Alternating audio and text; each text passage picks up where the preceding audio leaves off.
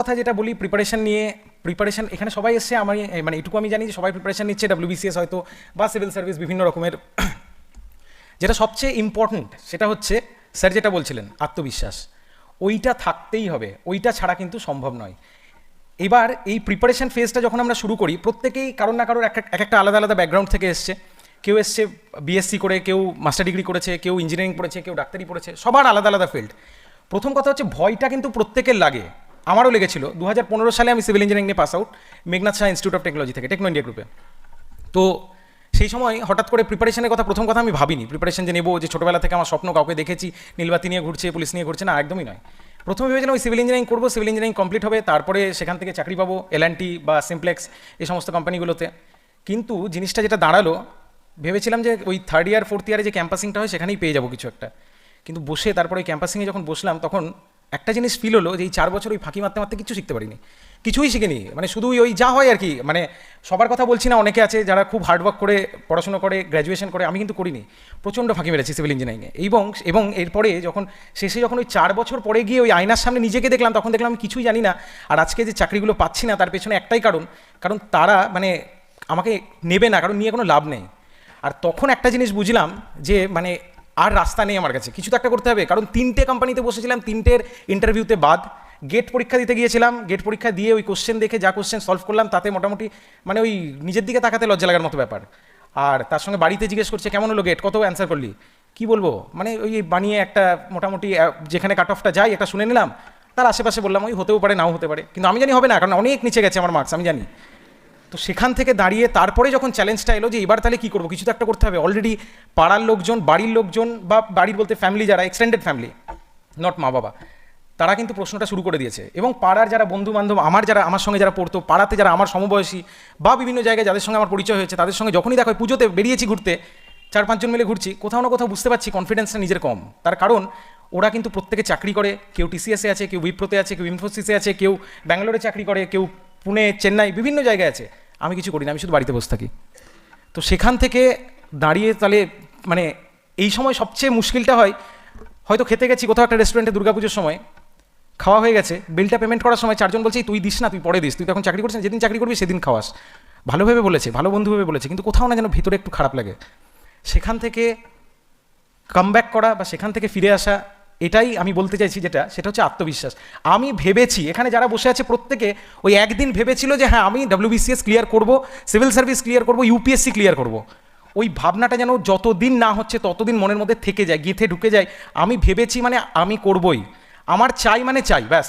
এই কথাটা যদি প্রত্যেকের মনের মধ্যে থাকে, তাহলে যে কোনো পরীক্ষা ক্লিয়ার হয়ে যাবে, যে কোনো, মানে শুধু এই সব ক্ষেত্রে নয়। মানে আমি একটু অন্যভাবে, মানে এই পড়াশোনা WBCS-এর বাইরে গিয়ে যদি বলি, আমার হয়তো কাউকে ভালো লাগে, আমি রাস্তায় দেখেছি, কি আমি স্কুলে কলেজে পড়ার সময় দেখেছি, আমার ওকে ভালো লাগে, পার্টিকুলারলি একজনকে খুব ভালো লাগে।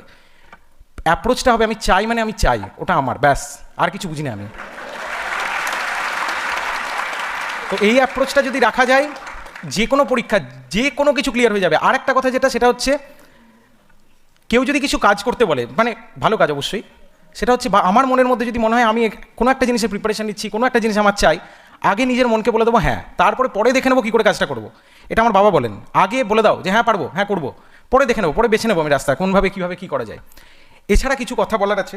তো আমি তো ওই কিছু প্রিপারেশন নিয়ে আসিনি, ওই কয়েকটা লেখা নিয়ে আমি কিছু ফেসবুক হোয়াটসঅ্যাপে নোট বানিয়ে এনেছি। তো সেখান থেকেই বলি, অনেকের ধারণা আছে ওরে বাবা ও তো সিভিল সার্ভিস অফিসার, বিরাট ব্যাপার, ওই সব আমার দ্বারা হবে না। না, বিরাট ব্যাপার কিন্তু নয়। মানে সিভিল সার্ভিস আমার কম্য নয়, এটা সবচেয়ে মানে বড় ভুল কথা। আমিও ভাবতাম এক সময়, আজকে ভুল ধারণাটা তো আমার ভেঙে গেছে। আবার এটাও নয় যে সিভিল সার্ভিস পেয়ে গেছি, বা সিভিল সার্ভিস যে পেয়ে গেছে বা যে আছে, যে অলরেডি BDO SDO বিভিন্ন জায়গায়, বা যারা অ্যাসিস্ট্যান্ট কমিশনার বা বিভিন্ন র্যাঙ্কের যারা অফিসার আছে, তারাও কিন্তু পাল্টে গেছে, সেটাও নয়। কালকে যা ছিল পরীক্ষার আগে, এই যেদিন রেজাল্ট বেরিয়েছে তার ঠিক আগের দিন 6টার সময় রেজাল্ট বেরিয়েছে, আমি ধরলাম 6টার সময় রেজাল্ট বেরিয়েছে, তাহলে ওই 5টা 59 আমি যা ছিলাম 6টা 1-এও তাই আছি। শুধু পার্থক্যটা যেটা হচ্ছে সেটা হচ্ছে ওই সিভিল সার্ভিস আমি পেয়ে গিয়ে এবার আমি জয়েন করবো, এইখানেই শুধু পার্থক্য। মানুষটা কিন্তু পাল্টায়নি। ডেজিগনেশন এগুলো কোনো মানুষের পরিচয় হতে পারে না, হতে পারে বড় BDO হতে পারে, কেউ SDO হতে পারে, কেউ একজন IAS অফিসার হতে পারেন, কিন্তু মানুষটা কিন্তু পাল্টায় না, মানুষটা ওই একটাই থাকে। তো সবচেয়ে আগে সেটা হচ্ছে আত্মবিশ্বাস। দ্বিতীয় কথা হচ্ছে সাহস রাখতেই হবে, কারণ আমি সব ছেড়ে আসছি, এই জিনিসটা মাথায় রাখতে হবে, আমি সব ছেড়ে আসছি। আমি যখন সিভিল ইঞ্জিনিয়ারিং ছেড়ে আসছি, আর যাই হোক যতই ফাঁকি মারি, অন্তত এটুকু জানি যে সিভিল ইঞ্জিনিয়ারিংটা আমার 4 বছরের সাবজেক্ট ছিল। ওই 4 বছরের সিভিল ইঞ্জিনিয়ারিং আমি যতটা জানি, অন্য সাবজেক্ট হয়তো আমি জানি না, কিন্তু আমার অপশনাল কিন্তু জিওগ্রাফি। তাহলে কথাটা হচ্ছে ওই সিভিল ইঞ্জিনিয়ারিংটাকে পুরোপুরি ছেড়ে আসছি, তাহলে আমার এই সাহসটা দরকার। এইটা ভেবে যদি আমি এগোই যে এটাতে না হলে আমার কী হবে, তাহলে খুব মুশকিল। ওই যে বললাম, ভেবেছি মানে পারবই, ওসব না হবে না এটা ওটা কোনো রাস্তা নেই, পারবই, হবেই। আর যদি এই অ্যাপ্রোচ থাকে, প্রত্যেকের হবে, এখানে যতজন বসে আছে প্রত্যেকের হবে। দ্বিতীয় কথা, সিভিল সার্ভিস পেতে গেলে এক্সট্রাঅর্ডিনারি হতে হয়, বা যারা পাচ্ছে তারা এক্সট্রাঅর্ডিনারি। একদম ভুল কথা। এক্সট্রাঅর্ডিনারি যারা আছেন বা যারা এক্সট্রাঅর্ডিনারি হন, তারা কেউ অ্যাস্ট্রোনট হয়ে এখন দেখুন মানে চাঁদে যাচ্ছে, কেউ মঙ্গলে যাচ্ছে, কেউ পিএইচডি হোল্ডার, এবং কেউ আরও বড় বড় অনেক কিছু করছে, কেউ ক্রিকেটার, কেউ ফুটবলার, মেসি, রোনাল্ডো। কিন্তু সিভিল সার্ভিস ক্লিয়ার করার জন্য মিনিমাম ক্রাইটেরিয়া চাই গ্র্যাজুয়েশন, আর কিচ্ছু চায় না। তাহলে তো সাধারণই, অসাধারণ তো কিছু নেই, তাহলে প্রত্যেকে পারবে, প্রত্যেকের পক্ষেই সম্ভব সিভিল সার্ভিস ক্লিয়ার করা। কোনো অসাধারণ, দুর্দান্ত, আলাদাই ও ছোটো থেকে দারুণ রেজাল্ট করতো, বরাবর কনসিস্টেন্সি মেনটেন করেছে, এরকম কোনো কিচ্ছু দরকার নেই, ভুল ধারণা এগুলো। কনসিস্টেন্সির প্রশ্নতে আসি, যারা ছোটো থেকে খুব ভালো রেজাল্ট করে এসছে তারাই সিভিল সার্ভিস ক্লিয়ার করবে, কারণ তাদের সেই কনসিস্টেন্সি আছে। মাধ্যমিকে দারুণ রেজাল্ট করেছিল, উচ্চ মাধ্যমিকে টপ করেছিল, তারপরে গ্র্যাজুয়েশনটাও করেছে আইআইটি যাদবপুর বা শিবপুর, ভালো ভালো জায়গা থেকে, তারপরে এখন সিভিল সার্ভিসে ঢুকেছে। আর ওরা পাচ্ছে তো ওরাই তো পাবে। আমি একটা এমনি এমএসসি করেছি, আমি একটা সাধারণ কলেজ থেকে আমি ব্যাচেলার করেছি, আমি কী করে পাবো? পাবে তো ওরা। তাহলে বলি, মাধ্যমিকে খুব ভালো রেজাল্ট হয়েছিল আমার, মাধ্যমিকে আমার ছিল 96.7%, খুব ভালো রেজাল্ট ছিল। আর সেই ভালো রেজাল্টটার পরে উচ্চ মাধ্যমিকটা শুনলেও অবাক লাগবে, 61%, এতটা ডাউন। মাঝখানে মাইনাস করলে যে মার্কসটা আসে, সেই মার্কসটাতে একজন পাস করে যায়।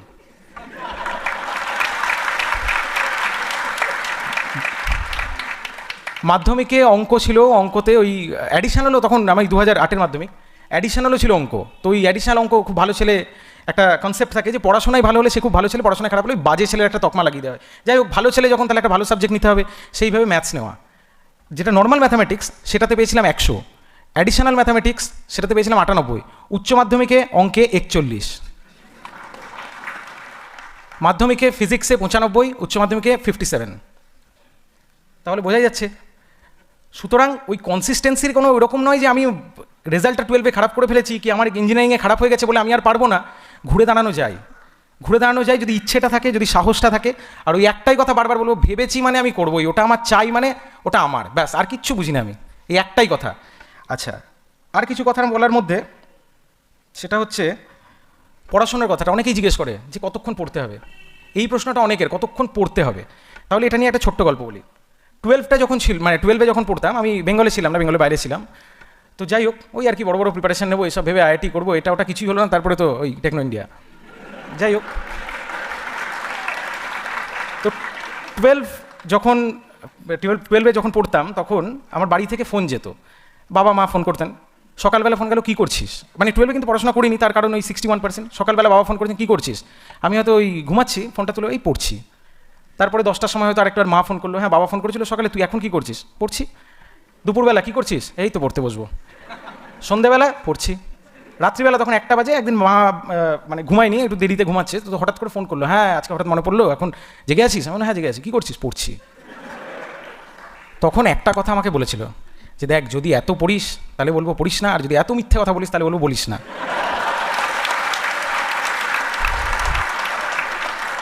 তো ওই মিথ্যেটা যে বলেছিলাম যে পড়ছি পড়ছি পড়ছি পড়ছি, তার ফল হাতে নাতে পেয়ে গেছি। হ্যাঁ পড়ছি।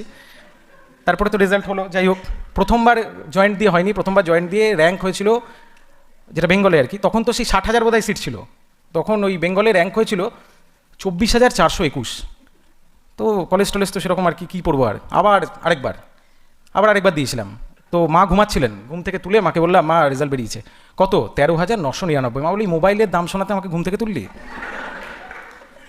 তো যাই হোক, পড়লাম, কলেজে পড়লাম, 4 বছর পড়লাম, তখনও ফাঁকি দিলাম, ফাঁকি দিয়ে চললো। তারপরে যখন ওই ভাবলাম যে না এবার করবো, আর করবো মানে করবো। যাই হোক, আমি যে সার্ভিসে আছি এখন, রেভিনিউ সার্ভিসে আছি, অ্যাসিস্ট্যান্ট কমিশনার, এখন এক্সাইজে আছি আমি। ওটাও WBCS গ্রুপে, মানে আমার 2016 সালে আমি প্রথম পরীক্ষা দিয়েছিলাম প্রিলিমস। 2016 সালের প্রিলিমস দেওয়ার পর 95টা মতো অ্যান্সার করেছিলাম। তারপরে ওই বাড়ি এসে মিলিয়ে দেখলাম ওই 60 না 65। তারপরে ভাবলাম মানে এটা থেকে ক্লিয়ার হবে তো দুটো রাস্তা, এক হচ্ছে যদি কাট অফটা খুব কম যায়, আর একটা হচ্ছে যে ওই যদি ভগবানের কৃপায় যদি খাতাটা এদিক ওদিক কারোর সঙ্গে একটা হয়ে যায়, তাহলে একমাত্র ক্লিয়ার হতে পারে, আদারওয়াইজ ক্লিয়ারটা হবে না। হলো না ক্লিয়ার। তারপরে 2017, এইখান থেকে শুরু হলো আসল লড়াইটা। এই 2016 যখন হলো না, তখন ভয়টা লাগলো যে এবার তাহলে কী করবো, আর তো রাস্তা নেই, এবার কিছু তো একটা করতে হবে।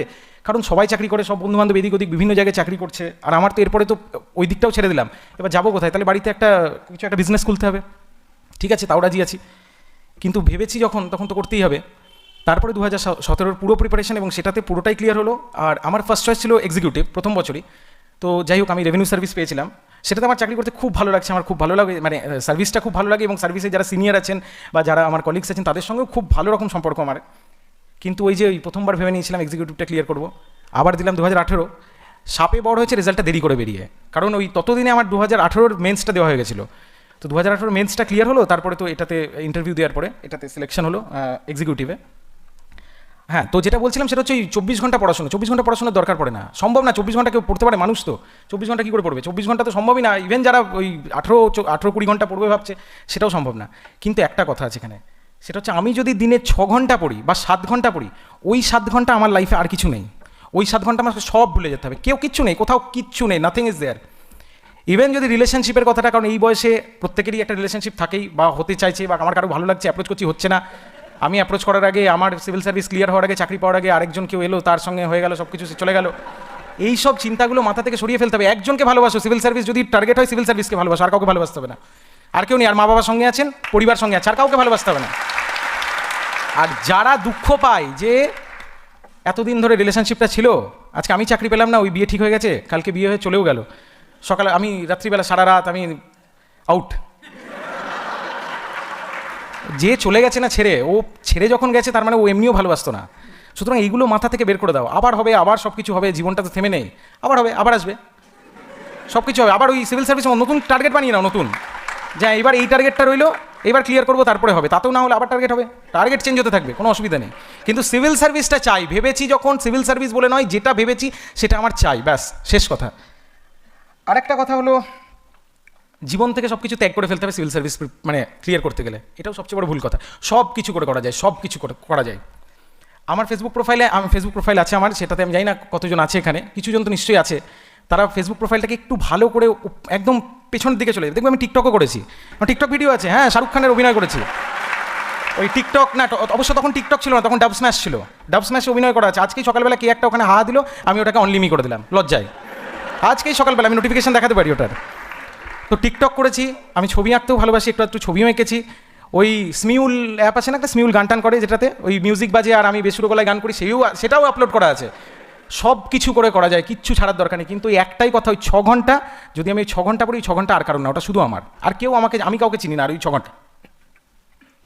আচ্ছা, আরেকটা এই সোশ্যাল মিডিয়া নিয়ে যে কথাটা যেটা বলার, সেটা হচ্ছে এই আজকাল এই হোয়াটসঅ্যাপ আর ফেসবুকে বিভিন্ন গ্রুপগুলো গজিয়ে উঠেছে নতুন নতুন, এবং সিভিল সার্ভিসের প্রিপারেশন দেওয়া এরকম। এবার কথাটা হচ্ছে সেটা হচ্ছে গ্রুপে ওই যে ওই অভিরূপদা বললো যেটা, সেটা হচ্ছে কিছু বেসলেস ওই এমসিকিউ পোস্ট করা।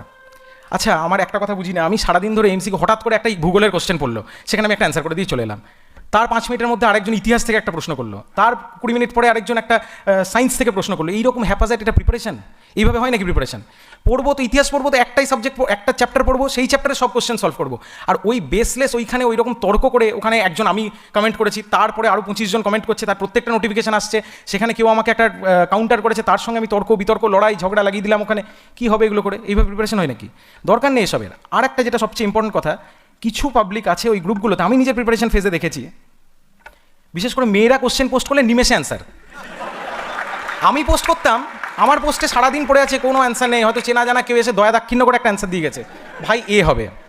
কিন্তু মেয়েরা যখন পোস্ট করছে, সেখানে 200টা কমেন্ট পড়ে গেছে এবং স্টিল কন্টিনিউইং। এইবার ব্যাপারটা হলো যে এর মধ্যে কিছুজন পার্টিকুলার আছেন যারা আবার যেচে হেল্প করতে আসেন, ওইখানে কমেন্টটা, ওইখানে ওই মেয়েদের পোস্টটাকে দেখে তাদের পার্সোনালি মেসেজ, যে আমি তোমাকে কয়েকটা পিডিএফ পাঠাচ্ছি, আমি তোমাকে আমার ফোন নাম্বারটা দিচ্ছি, তোমার কিছু ডাউট হলে আমাকে জিজ্ঞেস করে নিতে পারো। এই জিনিসগুলো ওই শুরুতে পিডিএফ পাঠাচ্ছি, শুরুতে তোমাকে হেল্প করছি, শুরুতে তোমাকে 4টে বইয়ের সোর্স বলছি, তারপরে তোমাকে মোবাইলে তুমি আমাকে পাঠিও, তোমাকে আরও টেলিগ্রামের কয়েকটা ভালো ভালো জিনিস পাঠাবো, এইগুলো দিয়ে শুরু হয়, কিন্তু শেষটা কিন্তু বড় মারাত্মক। Hi, good morning, how are you single, oh you are looking so beautiful, এই হচ্ছে তার শেষ। তো সবার আগে এইগুলো থেকে নিজেকে সরাতে হবে, এইটা সবার আগে বুঝতে হবে, এবং এই জিনিসগুলো, যে কথাগুলো বললাম, হতে পারে কোনো WBCS অফিসারই হয়তো করছেন, তাদেরকেও সরাতে হবে। কারণ আজকে যে আমাকে হেল্প করতে আসছে, এমনও তো হতে পারে যে কালকে আমি ওর থেকে বড় অফিসার হয়ে যাব, তখন নিজেরই তো খারাপ লাগবে যে ওই হেল্পের নামে তো আমাকে ওই আর ইউ সিঙ্গেল এসব কথাগুলো বলেছিল। তাহলে মাথা থেকে এই যে বারবার আমি এই কথাটা বলছি, এই হোয়াটসঅ্যাপ ফেসবুকের গ্রুপে ঠিক আছে আমি অ্যাক্টিভ থাকলাম, কিছু ইম্পর্টেন্ট পিডিএফ কেউ পোস্ট করেছে আমি ডাউনলোড করে রাখলাম, পড়লাম, সব ঠিক আছে, কিন্তু এই আনুষঙ্গিক যে ব্যাপারগুলো সেইগুলো কিন্তু অনেকটা নিজেকে এগুলো থেকে সরিয়ে নিতে হবে। আর একটা কথা হচ্ছে এমসিকিউ সলভ করলেই সব হয়ে যায়, ভুল কথা। এমসিকিউ হতে পারে, প্যাটার্নটা এমসিকিউ হয়ে গেছে, কিন্তু কনসেপ্টটা ক্লিয়ার করা ভীষণ ইম্পর্টেন্ট। এবং সেটা লক্ষ্মীকান্ত হোক বা জীবন মুখার্জি হোক, যে কোনো বই থাক, এতবার পড়তে হবে বইটাকে যেন বইয়ের প্রত্যেকটা পেজ, এবং আমি যদি প্রশ্ন করি যে কেশবানন্দা ভারতী কেসটা কোথায় আছে, যেন বইয়ের ডান দিকের পেজে ওই ছকটা লেখা আছে, ওই ছকটার উপরেই একদম সেকেন্ড কলামের মাঝখানটাই আছে, দেখে নিও বাড়ি গিয়ে, এখানে এরকমই পাবে। আরেকটা কথা সেটা হচ্ছে যে এই বই এতবার পড়তে হবে যেন ওটা পিকচারাইজ হয়ে যায় মাথার মধ্যে। পরীক্ষার সময় যখন কোশ্চেনটা আসবে সেটা যেন আমি যেন চিনতে পারি, হ্যাঁ বইয়ের কত পাতাই সেটা সম্ভব নয় মনে করা, কিন্তু বইয়ের কোন পেজে, বাঁদিকের পেজে না ডান দিকের পেজে, এই ছবিটার ওপরে না আকবরের ছবির নিচে, এটা যেন আমার মনে থাকে। এতবার পড়তে হবে বইটাকে। সুতরাং কনসেপ্ট ক্লিয়ার করা ভীষণ ইম্পর্টেন্ট। শুধুমাত্র আর্টিকেল পড়ে চলে গেলাম, 108 নম্বর আর্টিকেল পড়লাম, 226 পড়লাম, আর্টিকেল নাম্বার 13 পড়লাম, এইভাবে হবে না। আর্টিকেল নাম্বার 13 কী, কেন, কীভাবে এলো, একটু সময় দিতে হবে ওগুলোতে, যেন কনসেপ্টটা ক্লিয়ার হয়। জুডিশিয়াল রিভিউ আর্টিকেল নাম্বার 13, তো জুডিশিয়াল রিভিউ কী, কেন, কী করে এলো এটা, সেই জিনিসটা জানতে হবে। তার সঙ্গে যেটা আরেকটা ইম্পর্টেন্ট, সেটা এই জুডিশিয়াল রিভিউ থেকেই যেমন বলছি, জুডিশিয়াল ওভাররিচ কী বা জুডিশিয়াল অ্যাক্টিভিজম কী, এই জিনিসগুলো টুকটাক জানতে হবে। কিন্তু ওই ওপর আর্টিকেল পড়ে চলে গেলাম, কে আমাকে বলেছে যে তার নাকি কে চেনা, কে ক্লিয়ার করেছে শুধুমাত্র কত 5000 এমসিকিউ প্র্যাকটিস করে, এভাবে সম্ভব নয়। তো ভালো করে প্রিপারেশনটা এরকমই হবে যেন সমস্ত কিছু কনসেপ্টটা ক্লিয়ার করা ভীষণ ইম্পর্টেন্ট, যে কোনো সাবজেক্ট হোক। আচ্ছা, আরেকটা কথা মনে পড়লো, সেটা হচ্ছে বাংলা ইংরেজি নিয়ে। অনেকে জিজ্ঞেস করে বাংলা ইংরেজি কীভাবে পড়বো, বাংলাতে ইংরেজিতে মার্কস তুলতে গেলে কী করে মার্কস উঠবে। তো একটাই কথা বলি, বাংলা ইংরেজি এগুলো হচ্ছে লিটারেচার, লিটারেচারের সেন্স থাকাটা সবচেয়ে ইম্পর্টেন্ট। লিটারেচার কিন্তু ওই একটা বই পড়লাম, সেখান থেকে 4টে চিঠি মুখস্থ করে চলে গেলাম, দিয়ে ওখানে পরীক্ষা এলো, আমি মাননীয় মহাশয় লিখে দিয়ে চলে এলাম, এইভাবে হয় না চিঠি, বা এইভাবে বাংলা ইংরেজি প্রিপারেশন হয় না। এটা একটা সেন্স দরকার। সেন্সটা বিভিন্নভাবে গ্রো করা যায়, অনেক তো বই আছে। এবার এটা বলছি না যে আমি এখন বুদ্ধদেব গুহর এত বড় একটা উপন্যাস নিয়ে বসলাম, দিয়ে পরীক্ষা প্রিলিমসের আগে পুরো বইটা পড়ে ফেললাম, সেটা নয়। কিন্তু অনেক বই আছে, যেমন প্রতি মাসে বেরোয় দেশ পত্রিকা আছে, আনন্দমেলা আছে, শুকতারাও আছে, সেই সব বইগুলোর মধ্যে কমিক্সটা বাদ দিয়ে, কমিক্সের হেল্প হবে না কোনো, তো সেইগুলো থেকে গল্প পড়লাম। কিন্তু ওই গল্প পড়লে কী হয়, একটা ভেতরে সেন্স তৈরি হয়, একটা লিঙ্ক, যে একটা লাইনের সঙ্গে একটা লাইনের যে লিঙ্কেজটা, সেইটা খুব ভালোভাবে তৈরি হয়। এছাড়া মানে নিউজ পেপারের তো আর্টিকেলসগুলো আছেই। নিউজ পেপার পড়ার ক্ষেত্রে সবচেয়ে আগে ইম্পর্টেন্ট নিউজগুলোকে বাঁচতে হবে। সব কিছু পড়ে ফেললাম, সমস্ত কিছু, খুন, জখম, মার্ডার, রেপ, তারপরে কে কঙ্কালের সঙ্গে সহবাস করেছে কোথায়, এই সব খবর সবার আগে বাদ। পড়তে হবে কোনটা, পলিটিক্সের খবর পড়বো না, কোথায় কি, কোথায় মারদাঙ্গা হয়েছে, কী হয়েছে, কে কাকে মেরেছে, কে কার মাথা ফাটিয়ে দিয়েছে, তারপরে পুলিশ এলো কি না এলো, কী হবে এগুলো পড়ে।